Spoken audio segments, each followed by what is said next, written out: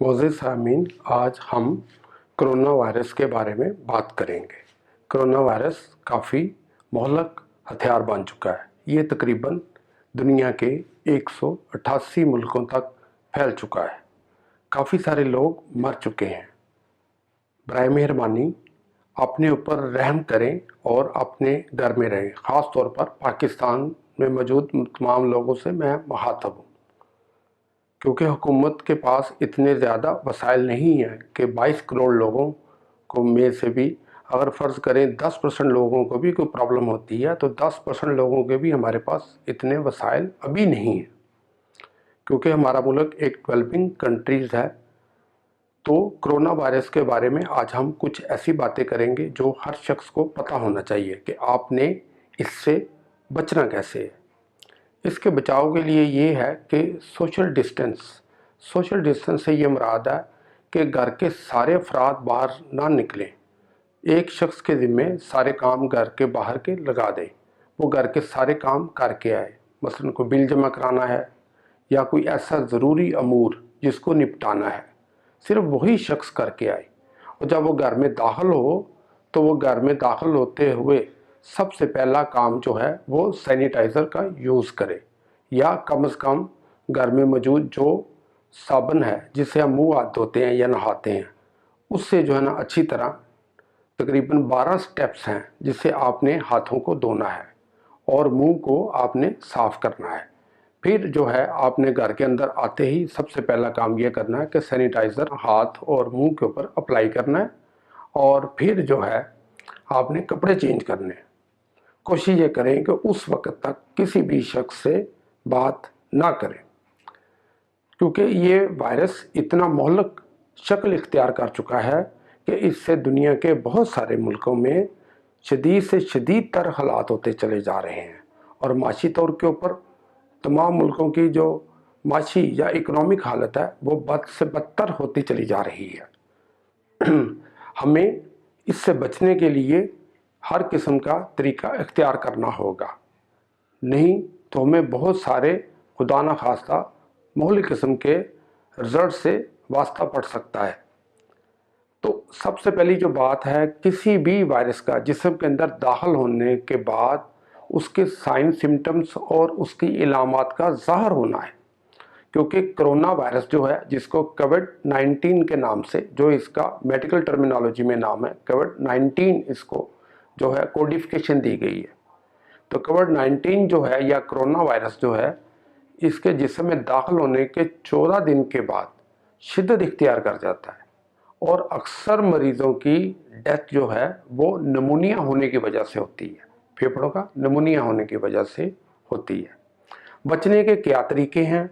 डराना ज़रूरी नहीं है। बचने के लिए ये है कि आपको अपने घर में सोशल डिस्टेंस रखना है। आपको अपने घर में दाखिल होने से पहले आपने अच्छी तरह अपने आप को स्टेरलाइज करना है। स्टेरलाइज से ये मुराद है कि आपने सैनिटाइज़र यूज़ करना है, आपने अपने मुंह के ऊपर मास्क लगाना है, आपने जो है किसी भी ऐसे शख्स से जिससे आप बातचीत करें उससे कम से कम 2 से 3 फुट की दूरी बना के रखना। आपने घर के अंदर मौजूद भी जितने अफराद हैं वो पास पास ना बैठें, कोशिश करें कि 2 से 3 फुट की दूरी पे बैठें।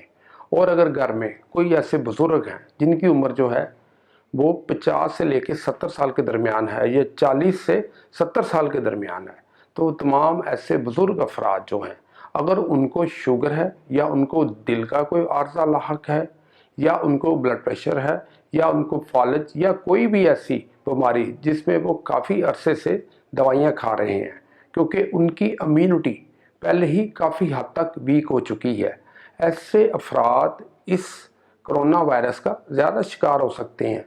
लेकिन अगर हम डाटे को उठा के देखें, यानी कि जो तजिया नगारों ने इसके ऊपर रिसर्च की है, तो हमें ये नौजवानों में भी मिलता है, और अब ये बहुत ही एक ख़तरनाक चीज़ जो हमें मिली है रिसर्च में वो ये है कि ये बच्चों में भी पाया जा रही है वायरस।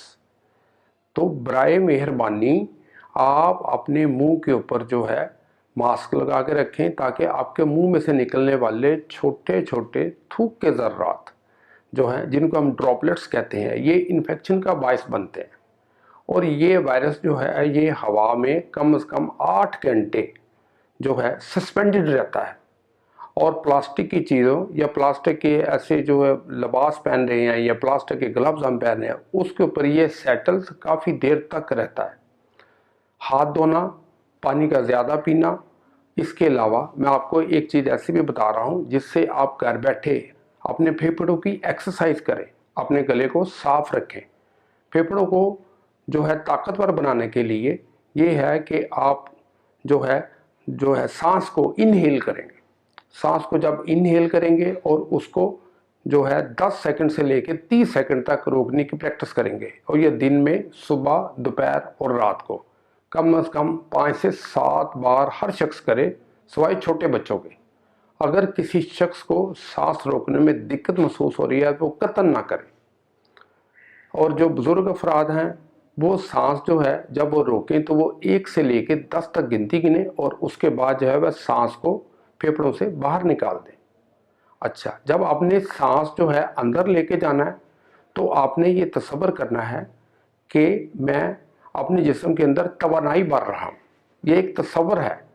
ये आप समझे कि आपने NLP, न्यूरो लिंग्विस्टिक प्रोग्रामिंग के ज़रिए, या आप इसको कह लें कि आपने अपने ब्रेन को इस तरह मैकेनाइज करना है कि वो जब हम सांस लेके अंदर जा रहे हैं तो आपने आपको तसव्वुर करना है कि आप किसी पार्क में खड़े हैं, और जब आप इसको एक्सहेल कर रहे हैं तो आप जिस्म में से जो बीमारियां मौजूद हैं उनको बाहर निकाल रहे हैं। दूसरी चीज़ जो ज़्यादा इम्पोर्टेंट है वो ये है कि आपने अपनी इम्यूनिटी को ताकतवर रखना है। क़ुव्वत मदाफ़त या इम्यूनिटी को ताकतवर कैसे रखना है? ताकतवर रखने के लिए ये है कि घर का हर फर्द जो है वो नाश्ता बहुत अच्छा करे। एक कहावत कही जाती है कि सुबह का नाश्ता बादशाहों जैसा करे। दोपहर का नाश्ता जो है, दोपहर का खाना जो है वो आपने मुनासिब मिकदार में लेना है, और रात का खाना कम खाएं, यानी कि रात का खाना फ़कीरों जैसा करें। तो सुबह का जो नाश्ता है उसमें प्रोटीन का शामिल होना ज़्यादा ज़रूरी है। बुज़ुर्ग जो अफराद हैं घर में जो किसी बीमारी में मुब्तला हैं, उनको अंडे की सफ़ेदी ज़रूर दें। अगर उनको शुगर नहीं है तो आप उनको शहद भी दे सकते हैं, उनको खजूरें भी दे सकते हैं, उनको और इस तरह की ताकतवर चीज़ें। दालें जो हैं वो भी प्रोटीन का बहुत बड़ा ज़राए हैं। इसके अलावा फैट्स, चिकनाइयों से ये मुराद है देसी घी, पनीर, मक्खन और इसी तरह की और बहुत सारी चीज़ें जो भी जिस्म, ये भी जो है ना फैट्स भी जो हैं ये जिस्म में ताकत का ज़रिया बनती हैं और इम्यूनिटी को मजबूत करती हैं। इसके अलावा मल्टीविटामिन्स में आप जो है अगर कोई चीज़ ऐसी खाते हैं मल्टीविटामिन्स, तो आप उसकी डोज जो है हमेशा सुबह को लें, रात को कभी भी ना लें, ताकि आपके गुर्दों के ऊपर लोड ना ज़्यादा पड़े।